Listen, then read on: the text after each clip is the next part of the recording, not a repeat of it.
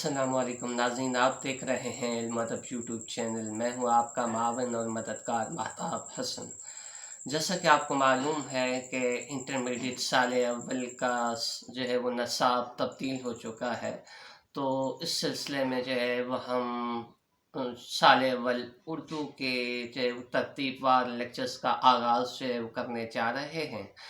और क्योंकि इस किताब का आगाज़ जो है वो हमद से हो रहा है, उसके फिर बाद नात और फिर जो है वस्बाक हैं, फिर नज़में और गज़लें। लिहाजा जो है वो हमद और नात क्योंकि इब्तदा में है, तो हमद और नात को शुरू करने से पहले जो है वो हमें शायरी के फ़नी महासिन को समझने के लिए जो है वो इल्म बदी के मुतल्लिक़ जो है वो मालूमात का होना ज़रूरी है। तो आज हम जो है बाकायदा तौर पर जो है वो इल्म बदी पर बात करेंगे।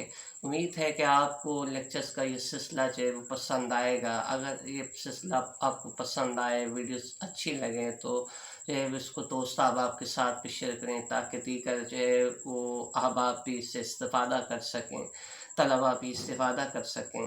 जी, आज का हमारा मौजू है इल्म बदी। आपकी स्क्रीन पर भी जो है वो दिखाई दे रहा है। इसको सराय बदाई भी कहा जाता है उर्फ़ आम में। और ये इसकी तारीफ़ यूँ की जा सकती है सादा अल्फाज में कि ऐसा इल्म जिसमें मुख्तलिफ लफ्ज़ी और मानवी सनतों का इस्तेमाल करते हुए शायरी को पुरअसर और हसीन बनाया जाता है, उसे इल्म बदी कहते हैं।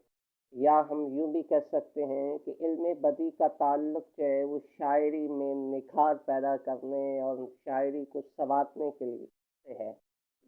यानी इसमें मुख्तलिफ लफ्ज़ी और मानवी के तरीके या सनतें इस्तेमाल की जाती हैं जिससे कलाम पुरतासीर हो और कलाम में जो है वो एक दिलकशी या जो है वो एक रानाई पैदा हो। इसके बाद जो है वो हम इसमें इस्तेमाल होने वाली मुख्तलिफ सनतों का ज़िक्र करेंगे। तो सबसे पहली सनत जिसका ज़िक्र जो है वो हम करते हैं कि वो है हुस्न तालील। ठीक है, आपकी स्क्रीन पर नज़र आ रहा है कि हुस्न तालील कहते हैं शेरी इस्तिलाह में किसी बात की ऐसी खुशनुमा और शायराना वजह बयान करना जो हकीकत में ना हो मगर उसको मानने का जी चाहे, उसे हुस्न तालील कहते हैं। सादा अल्फाज में मज़ीद बताऊँ तो हुस्न तालील, हुस्न का मतलब खूबसूरती और तालील का मतलब है इल्लत, वजह, सबब। ठीक है, यानी कोई चीज़ वक़ू पज़ीर हुई है, ठीक है, तो उस चीज़ की ऐसी वजह बयान करना, ऐसी खुशनुमा दलील बयान करना कि गोया जो है वो हकीकत में वो वजह और दलील ना हो, लेकिन जो है वो पढ़ के या सुन के जो है वो महसूस हो कि यही इसकी वजह और यही इसकी दलील है, ये उसको मानने का जी चाहे। मसलन नीचे मिसाल दी गई है, प्यासी थी जो सिपाहे खुदा 3 रात की, साहिल से सर पटकती थी मौजे फुरात की। करबला का मंजर बयान हो रहा है इस शेर में। ठीक है, कहते हैं कि सिपाहे खुदा 3 दिन से प्यासी थी, यानी जो है वो इमाम अली मकाम का काफिला जो है वो 3 दिन से प्यासा था।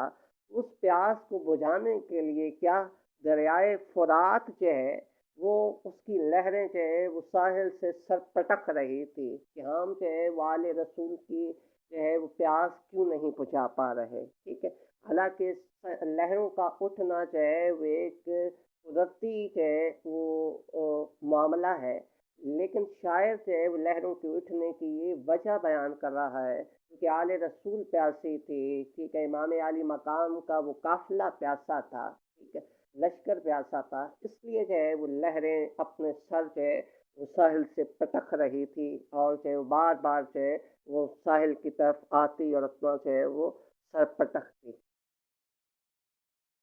इसके बाद जो है वो नेक्स्ट दूसरी सनत जो है तो कहते हैं कि सनत तजाद। ठीक है, सनत तजाद की तारीफ यूँ की जाए कि शेर में हुस्न और लताफत पैदा करने के लिए मुतजाद अल्फाज का इस्तेमाल करना सनत तजाद कहलाता है। यानी अगर शायर जो है वो शेर में खूबसूरती पैदा करने के लिए मुतजाद अल्फाज इस्तेमाल करता है तो उसको सनत तजाद कहेंगे।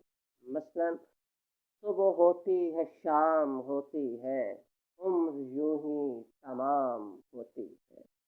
یعنی کہ وہ صبح ہوتی ہے اور شام ہوتی ہے. اب صبح اور شام متضاد الفاظ ہیں، ایک دوسرے کے الٹ ہیں، اس کو ہم اصطلاح میں کہیں گے صنعت تضاد. نیکسٹ تیسری صنعت ہے، صنعت تکرار ہے. اس کو یوں ڈیفائن کیا جائے گا کہ جب شاعری میں ایک لفظ کو بار بار یا مکرر استعمال کیا جائے تو اس کو صنعت تکرار کہتے ہیں.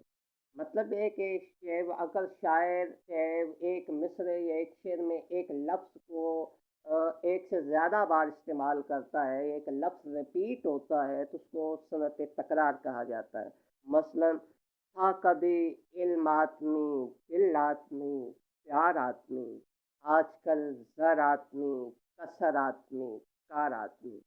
اب اس شعر میں دیکھیں تو لفظ آدمی جو ہے اس کی تکرار ہے. پہلے مصرے میں 3 بار لفظ آدمی آیا اور دوسرے مصرے میں بھی جو ہے وہ 3 بار جو ہے وہ آیا ہے، لہذا یہ صنعت تکرار کہلائے گی. نیکسٹ صنعت میرات النظیر. کلام میں ایسے الفاظ کو جمع کرنا جو باہمی مماثلت رکھتے ہوں، جن سے ایک مضمون یا مفہوم بیان ہو، اسے صنعت میرات النظیر کہتے ہیں. یوں بھی کہہ سکتے ہیں کہ ایک ہی چیز سے مماثلت رکھنے والے الفاظ کو استعمال کرتے ہوئے استعمال کرنا اور ایک مضمون بیان کرنا، اسے جو ہے وہ ہم میرات النظیر کہیں گے.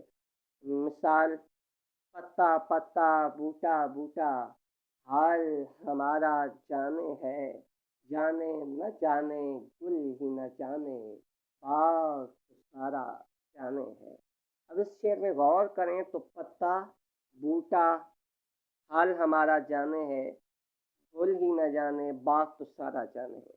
یعنی اظہار تو جو ہے وہ شاعر جو ہے وہ اپنی کیفیت کر رہا ہے کہ عاشق اپنی کیفیت کا اظہار کر رہا ہے، لیکن الفاظ کا چناؤ دیکھیں، تمام الفاظ آپس میں مماثلت رکھتے ہیں، یعنی ایک ہی چیز سے متعلق ہے.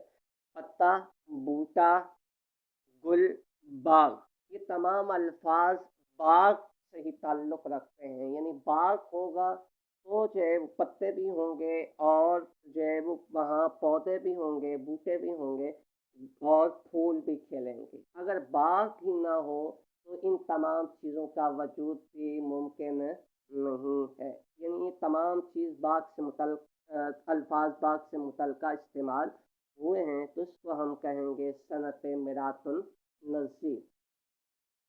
اس کے بعد پانچویں صنعت ہے صنعت سیاق العادات.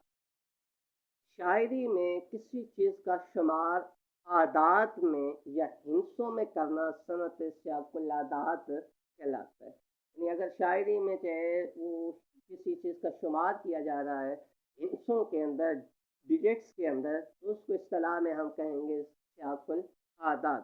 مثلا جو ہے وہ بہت اچھا ظفر کا جو ہے وہ شعر ہے کہ عمر دراز مانگ کے لائے کہ 4 دن، دو آرزو میں کٹ گئے تو انتظار میں.